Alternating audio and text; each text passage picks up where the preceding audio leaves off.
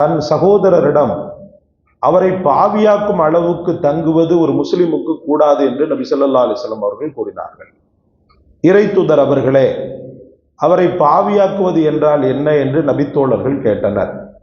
அவரிடம் எதுவும் இல்லாத நிலையில் அவரிடம் தங்குவது, இதனால் அவர் விருந்து கொடுக்க இயலாத நிலை ஏற்பட்டு பாவியாக ஆவது என்று நபி ஸல்லல்லாஹு அலைஹி வஸல்லம் அவர்கள் கூறினார்கள்.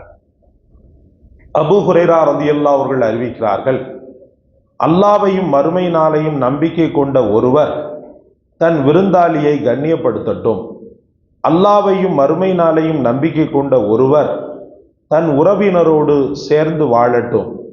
அல்லாஹ்வையும் மறுமை நாளையும் நம்பிக்கை கொண்டவர் நல்லதையே கூறட்டும் அல்லது மௌனமாக இருக்கட்டும் என்று நபி ஸல்லல்லாஹு அலைஹி வஸல்லம் அவர்கள் கூறினார்கள். புகாரி, முஸ்லிம். அல்லாஹ்வின் நல்லடியார்களே, விருந்து உபச்சாரம் என்பது நட்புறவையும் இருக்கக்கூடிய அந்த ஒரு சமூகத்தையும் சுமூகத்தையும் அதிகப்படுத்தக்கூடியதாக, பாசநேசத்தையும் இணக்கத்தையும் அதிகப்படுத்தக்கூடியதாக இருக்கிறது. ஒரு மூமினுடைய வீட்டில் பரக்கத்து வேண்டுமாயின் அவன் விருந்து கொடுத்தாலே போதும்னு சொல்லப்படும். நேச்சுரலா எங்க ஊர்ல அவங்க ரொட்டீன் என்னன்னு சொன்னா, வாரத்துக்கு ஒரு நாள் யாரையாவது விருந்து சாப்பிட வைப்பது. நோன்புடைய காலகட்டத்தில் முக்கியமான கடைசி 10 நாட்கள்ல முக்கியமான நாட்கள் இருக்கிறது அல்லவா, தெரிந்தோ தெரியாமலோ அந்த காலத்துல இருந்து அவங்க அந்த விருந்து கொடுக்கறத தன்னுடைய வழிமுறையாக வைத்திருந்தார். இன்னைக்கு அவங்களுடைய சொத்து மதிப்புன்னு சொல்லிட்டு பார்த்தீங்கன்னா குறைந்தபட்சம் 80 கோடியாவது இருக்கும். குறைந்தபட்சம் 80 கோடியாவது இருக்கும். ஆரம்ப காலகட்டத்தில் அவங்க ஒன்றும் பெரிய டாடா பிர்லாலாம் ஒன்றும் கிடையாது. சாதா சீதாமான வியாபாரங்கள் செய்து இந்த விருந்து உபச்சாரம் செய்வது தன்னுடைய வாழ்க்கையினுடைய ஒரு பிடிமானமாகவே வைத்திருந்தார். இன்னைக்கு நம்ம சொல்றோம், புனிதமான இந்த முஹர்ரம் மாதத்தில் எந்த அளவுக்கு நம்ம ஏழை எளிய மக்களுக்கு நம்மளால் ஆன தான தர்மங்களை செய்யறோமோ அந்த வருஷம் முழுக்க அல்லாஹ் ரப்புல் ஆலமீன் பரக்கத்தை ஏற்படுத்துறான்.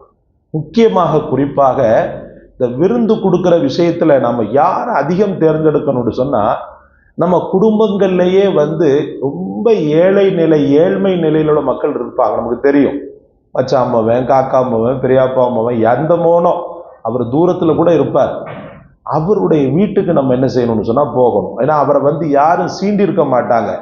அவன் ஏழையா இருக்கிறதுனாலேயே யாருமே என்ன செய்ய மாட்டாங்க, சட்டை பண்ணி இருக்க மாட்டாங்க. நீங்க என்ன பண்ணணும்டா, அந்த பர்டிகுலர் ஆளை ஸ்கெட்ச் பண்ணி என்ன செய்யணும்டா, போய் கூப்பிடணும் அவங்கள. சும்மா வாங்கல, வீட்டுக்கு வாங்க, விருந்துக்கு வாங்க, நான் ஒரு சின்ன விருந்து வச்சிருக்கிறேன், நீங்க வாங்கன்னு சொல்லி இன்வைட் பண்ணணும். சும்மா அப்படின்னும் போது ஒரு மாதிரியா நினைக்க கூடும். அதனால விருந்துன்ற அந்த பரக்கத்தான வார்த்தை நீங்க சொல்லும் போது அவரு என்ன பண்ணுவாரு, எங்கிருந்தோ தேடி இந்த ஏழைகளுடைய வீட்டுக்கு கூப்பிடுறாங்களே அப்படின்னு சொல்லி ரொம்ப சந்தோஷமாக நாங்க வர்றோம்னு சொல்லிட்டு வந்துட்டாங்கன்னு வச்சுக்கிறோங்க. அவனுக்கு நீங்க செய்யக்கூடிய அந்த கண்ணியம் இருக்குது பாருங்க, அதுதான் அந்த இடத்துல வேல்யூபிளானது. நாம் அந்த ஒரு வருஷத்துல ஒரு தடவை செய்யக்கூடிய இந்த கண்ணியம் வருஷம் முழுக்க அவனுக்கு பரக்கத்தை அள்ளித்தரக்கூடிய பெரும் தௌஃபீக்கை ஏற்படுத்தி விட்டுரும். இதைத்தான் பெருமானார் ஸல்லல்லாஹு அலைஹி வஸல்லம் சொன்னாங்க, ஒரு நல்ல மூமினுடைய அடையாளம் விருந்தாளியை கண்ணியப்படுத்தட்டும்னு சொல்லி. விருந்தாளி பணக்காரனா இருக்கணும், பெரிய கிராஜுவேட்டா இருக்கணும், நமக்கு அந்தஸ்துக்கு தக்கவாறு இருக்கணும்னு சொன்னா அது விருந்தே கிடையாது. அது விருந்தே கிடையாது. ஏழை எளியவனை பார்த்து அவன் உறவினனா இருக்கிற பட்சத்துல அவனை நீங்க கண்ணியப்படுத்துறது தான் ஆக பெரிய சிறந்தது. அதுபோல் இந்த கல்யாண வீடுகளில் நடக்கக்கூடிய அக்கிரமங்கள்ல ஒண்ணு என்னன்னா, ஏழை எளிய மக்களை ஒரு ஒரு ஒரு அசட்டை பொருளாக பார்ப்பது. பந்தி பரிமாறும் போதே நீங்க அவனை புரிஞ்சுக்கலாம். பந்தி பரிமாறும் போது ஆலிம்சான்னும் போது எல்லாருமே கண்ணியப்படுத்த தான் செய்வாங்க, அதுல எந்த குறையும் இல்லை. ஏழ்மை நிலையில உள்ள உறவினன் வந்திருப்பான் கல்யாணத்துக்கு, அவனுக்கு அவன் இலை போடுற மாதிரியே வித்தியாசமா இருக்கும். பார்த்திருக்கீங்களா? இலை போடுற மாதிரியே வித்தியாசமா இருக்கும். என்னப்பா எத்தனை பேர் வந்திருக்கிய கல்யாணத்துக்கு, கேட்கிற முறையே வேறு மாதிரியா இருக்கும். அந்த சாப்பாடு வைக்கக்கூடிய முறையும் ஒரு மாதிரியா இருக்கும். வெளுத்து ஒரு பர்டிகுலர் ஆசாமி மட்டும் கவனிப்பான். அவன் ஒரு இளவுக்கு ஆக மாட்டான், அவன் துவா கூட செய்ய மாட்டான். அவன் எவனோ ஒருத்தன் அரசியல்வாதியா இருப்பான், ஒண்ணுக்கு இருந்துட்டு கல்வாதவனா இருப்பான். அவனுக்கு உட்கார்ந்து என்ன செய்வான் தெரியுமா, அண்ணன் வச்சுக்கிறங்க, அண்ணன் அப்படி என்ன இப்படி என்னன்னு அங்க ஒரு உறவு ஏழ்மை நிலையில் இருக்கக்கூடிய உறவு தவிச்சுக்கிட்டு இருப்பான், தனக்கு யாரும் சொல்லலையேன்னு சொல்லிட்டு மனசுக்குள்ள வெறுத்திருப்பான். அங்க கவனிக்க மாட்டான். ஒண்ணுக்கும் உதவாத, அவனை லேசா கூட ஒரு துவாவுடைய பார்வை பார்க்காத, சம்பந்தமே இல்லாத ஒரு பர்டிகுலர் ஆசாமிக்கு என்ன செய்வான்டா, அப்படியே உளுந்து உளுந்து, நான் நிறைய இந்த கல்யாணங்கள்ல இந்த காட்சிகள்ல பார்க்கலாம், அப்படியே உளுந்து உளுந்து உளுந்துன்னு கறி வச்சுக்கிறங்க, பீஸ் எடுத்துட்டு அடே போ அப்படின்னு சொல்லிட்டு ஒரு மாதிரியா விரட்டுறதும். இது தரங்கெட்டு போன விருந்துனாங்க ரசூலுல்லாஹ். ஏழைகள் புறக்கணிக்கப்பட்டும் பணக்காரன் வசதியானவன் ரொம்ப ஆமோதிக்கப்பட்டும் நடத்தப்படக்கூடிய விருந்து தான் ஆக கழிவான விருந்து, தரங்கெட்டு போன விருந்துன்னு சொல்லி சொன்னாங்க. இது போன்ற பண்பற்ற தன்மைகளிலிருந்து நம்மை மாற்றிக்கொள்ள வேண்டும்.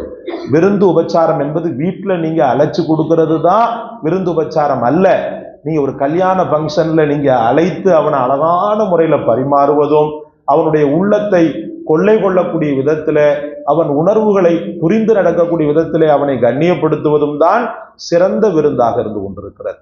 அல்லாஹ் ரப்பல் ஆலமீன் இது தவறு, இது விஷயங்களில் நாம் நடத்திய தவறுகள் அனைத்தையும் மன்னித்து விருந்தாளிகள் அனைவரையும் அழகான முறையிலே பண்பான முறையிலே கவனிக்கக்கூடிய நல்ல தௌஃபீகை தந்தருள் புரிவானாக.